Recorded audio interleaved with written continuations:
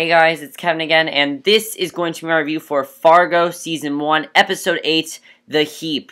One of the most surprising episodes I've ever seen in a television show ever, I think. I think it was really surprising. You guys know why. Let me just say something.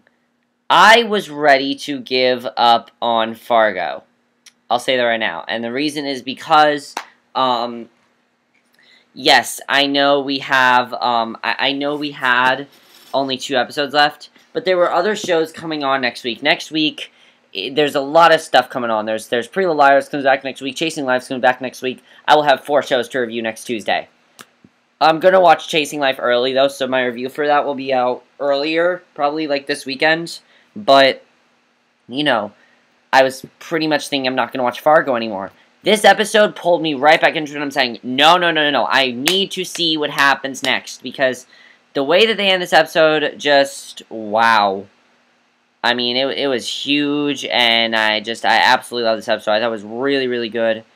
And I really, really loved it. So, just really, really great. So, a lot of this episode had to do with Lester. There was a lot more with Lester in this episode. Not as much with, barely anything with Lorne. Lorne had like one scene in the episode.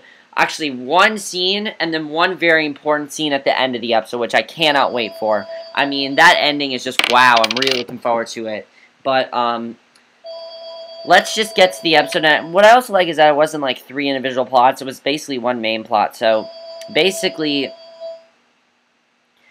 we focus on Lester. We see that right away Lester is moving on with his new life because he gets a new washer, which of course is a very big deal because the washer is where he hid all of his evidence. So obviously he doesn't want anyone to know, so that's probably why he got a new washer. So he got a new washing machine, and you remember how he went to Mrs. Hess last week? He promised her he would make sure she got her money and a drink with her, and then he had sex with her. And it turns out that she found out that her claim had been denied, and her intent had been to storm into Lester's office and scare him into getting her the money. But Lester was not into that. You know, he really didn't care about that. Also, Lester has this new girl now. He's with this new, I hate to be racist, but Asian girl. I don't remember her name. But he's with her now. And it seems like they're getting quite close, and we see that right away.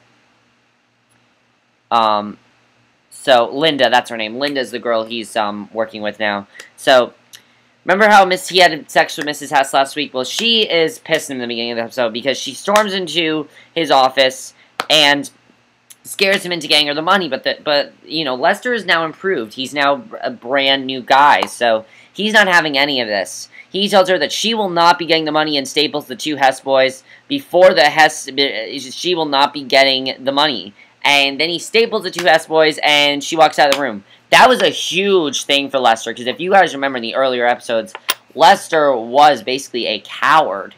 A complete coward. So that was huge. I was not expecting Lester to turn around so quickly like that. That was actually very well done. And that was just, wow. I mean, I would have never expected to see Lester, like, say no to someone. That's a huge thing. And Lester's kind of this new man now, which I really like. So, Lester is really a badass character now. He really is. And Linda, the woman he's working with, takes note about this. And Molly, in the meantime, still knows that Lester is guilty, but Bill wants to close this case. They're pretty much saying, alright, Chaz is in jail. It's time to close this case and let it go.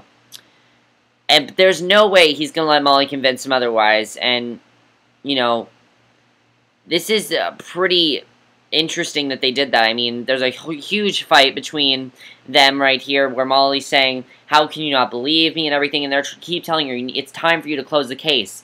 And there was an amazing scene with Allison Tolman. She gave a really great performance in this next scene. I thought it was definitely a really interesting thing. And that was very interesting because usually in police shows, you know, the drama comes from getting the evidence and things like that. But Fargo is about the structure of power within a police department that would stop evidence from being considered. So I think that's definitely really interesting that they've done that with this show. They've chosen to do that. Then we see those 2 FBI agents that were involved with that whole Fargo massacre thing last week. You know, Budge and Pepper, Key and Peele, as I will just call them, the Key and Peele's characters, Budge and Pepper. I love their characters. They're really, really funny, and they have allowed Lorne to kill 22 people right under their noses. They're under some serious fire from the FBI. They've been regulated to the file room, and, you know, it's kind of funny.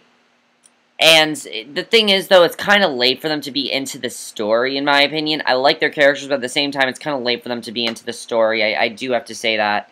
So, yeah, I wasn't expecting them to be into the story, but, yeah. So, Lorne decides to let Wrench free by giving him the key to his hand. So then, after the debacle in Fargo, as I was talking about, unfortunately, 2 FBI agents that got close to the involvement were this incompetent. So, because it didn't really work. So, he decides to let Mr. Wrench free by giving him the key to his handcuffs. And he kills a cop to get it, of course. That was really intense right there when he killed that cop. And Lorne tells Wrench to come find him later. And then the most surprising thing happens in this next scene. I'm not kidding you guys. I was like, what the fuck? Literally, I was like, at first I'm like, this is a terrible idea. But then when I found out what they were doing, I was like, wow. I thought it was actually a genius idea. We see Molly and Gus, and even though he shot her, there's still been that possibility that they were getting together. We see them, like, call on a phone, and Gus and Molly are finally having a real day at the logging festival. You know, he calls her up on the phone, and they talk about having a date and everything, and he seems really, really excited. Guess what happens next? I mean, I freaked out when this next thing happened. I literally freaked out. I was like, what the... I was not expecting that at all. I thought it was huge. Because it turns out that they skip after this scene. It says 1 year later. We are now 1 year later into the show. Now, at first, I was like, what the fuck? That's a horrible thing. But then, as the show got on, I realized this is the best thing that Fargo has done. Because of what they've done with the show. It definitely makes a lot of sense. It's made things a lot more interesting with them going 1 year. And especially because it's a mini-series, they kind of have to do this. We have to kind of see, because, you know, Fargo is basically watching this mini-series. It's like watching I saw a very interesting point that someone made on TV.com. They said it's like watching 4 seasons of a television show. So basically what we saw was season 3 in the beginning of the episode, and then this is now like the 4th season. So we've gone 1 year into the future, and the biggest change we see right away, you know, Gus was driving his police car, but then we see Gus is in a mail truck. Now, I had forgotten that Gus said in last week's episode he wants to be a mailman. He has now fulfilled that dream, and I thought that was definitely a pretty big thing, because I actually kind of forgot that, but he's actually a lot more happier now. You can see he's a lot more cheerful. He goes into his house, and there we see Greta. And Greta has a shorter haircut now. I didn't even recognize her. I'm like, who the... Oh, yeah, that's Greta. And we see Greta. And then she calls for her mom. Yes, Molly and Gus are now married. They're married, and Molly's pregnant. Molly's pregnant now, and she has a baby on the way. And I'm hoping this does not mean that Gus is going to die on Fargo. I hope they don't do that, because the other woman that's pregnant... We know what happened to, you know, Sam died. No, I mean, the other woman that was pregnant, you know, that was Vern's wife who was pregnant. And, of course, he died, so I'm not sure. Maybe this is foreshadowing that Gus could possibly die. I don't know. We'll have to see. I'm really interested in seeing where that's going to go. Because, overall, I think that's definitely very, very interesting that they've done that. Because it's kind of like foreshadowing that he might possibly die. Now, Molly, as I said, is pregnant, and because of that, she is still investigating on Lester. She wants to have that evidence, but because of her being pregnant, that kind of delayed her from getting the information she could on Lester. That delayed her from doing that, so she can't do that right now. Even a year later, she's still contacting the FBI, but, you know, they did not do a good job investigating. And they just did not do a good enough job investigating, and they dismissed her claims.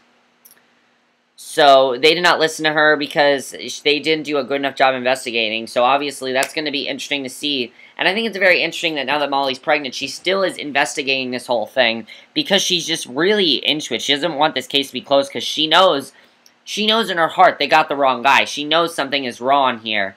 Because we saw a scene in the episode where she saw Lester talking, basically, and he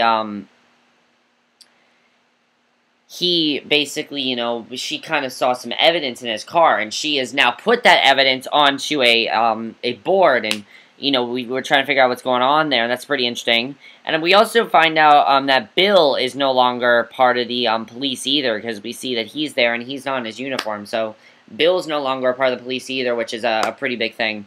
However, he is kind of upset about Molly still doing this. Then we also find out that the agents Budge and Pepper are still stuck in the file room for over a year. I mean, it's kind of funny. But they still have the picture of Lorne that gets rediscovered. And, you know, we're trying to figure out what's happened to Lorne. Because we have not seen, as I said, we only saw Lorne in one scene in this episode, which honestly I thought was genius. Because hearing what, you know, seeing Lorne for only one scene really made this next scene a really big thing. Because then we get to see Lester. And this is probably my favorite scene of the episode. I thought the last scene of this episode was great. I loved it. Because Lester is continuing to embrace a new version of himself. He's now married Linda. And he has been named the Insurance Salesman of the Year.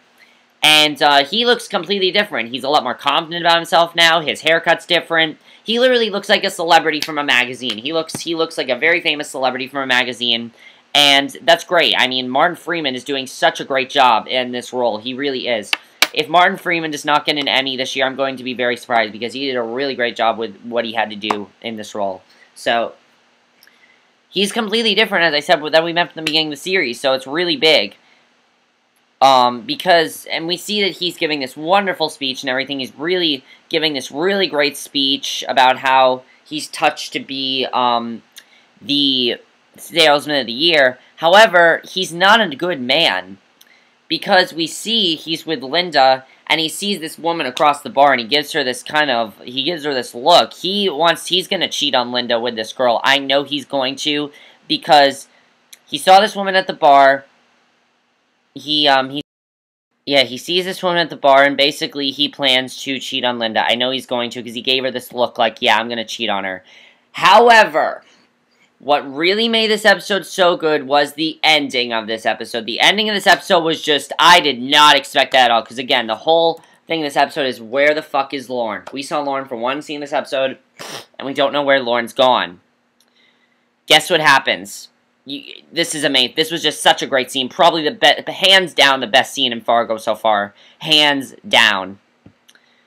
He goes into a room, and he's in that bar, and he's about to, like, I guess have, you know, he's in the bar, and he sees Lorne sitting right across the room from him. Lorne has now dyed his hair gray, but he gives this look, and we don't know what he's going to do. And he just continues to talk, basically, and then he sees Lorne, and it's just like, holy shit, because Lorne is the person that got him into all this. Lorne is the person that got him into the whole killing thing. Lorne is the person that got him into literally everything. So, this is going to make the show so much more interesting, because now Lester and Lorne have met up. They have not seen each other in 1 year, remember. 1 whole year. They've met one time, and they haven't seen each other since then. So, I don't know what's going to happen, if Lester's going to confront Lorne. Is he going to go up to Lorne? I mean, they don't have a reason to be mad at each other. You know, they're basically the same person now. Is Lorne going to be jealous of Lester? Is Lorne possibly... I'm thinking Lorne maybe faked his death. I don't know. We'll have to see. Maybe Lorne faked his death, or maybe he's, like, running away. I'm thinking Lorne ran away, and that's why he dyed his hair. Because he wanted to run away so nobody knew where he was, because he knows about the, he knows he's responsible for that murder, so he's covering it up somehow. We'll have to see what happens there. But by far, this was the best episode of the season. I absolutely loved it. There were so many great scenes in this episode. And I love this episode because it really made the show so much better. It really did. I mean, never in a show have I ever seen... And the reason this show is, like, one of the most surprising episodes of television, as I said before, is because never in a show have I seen them go 1 year later in the middle of a season. When they first did, I'm like, this is a terrible idea. Then I realized that it's a mini-series. They only have 10 episodes. Of course they're going to take advantage of that. And now, basically, it is the movie. I heard this is what happens in the movie. So that's a pretty big thing. And I'm really looking forward to seeing what's going to happen. Do you think that Gus now being happy with his job and, you know, Molly being pregnant, do you think this is foreshadowing Gus's death? I don't know if Gus is going to die. We'll have to see. Is Molly going to prove Bill wrong? I'm wondering if she's going to prove him wrong. Obviously, you know, she knows there's something more to this. She knows it got the wrong guy. Chaz is still in jail, so we didn't see Chaz. We didn't see what's going on with him. We'll have to see if we see more of Chaz in the next episode. I don't know. We'll just have to see.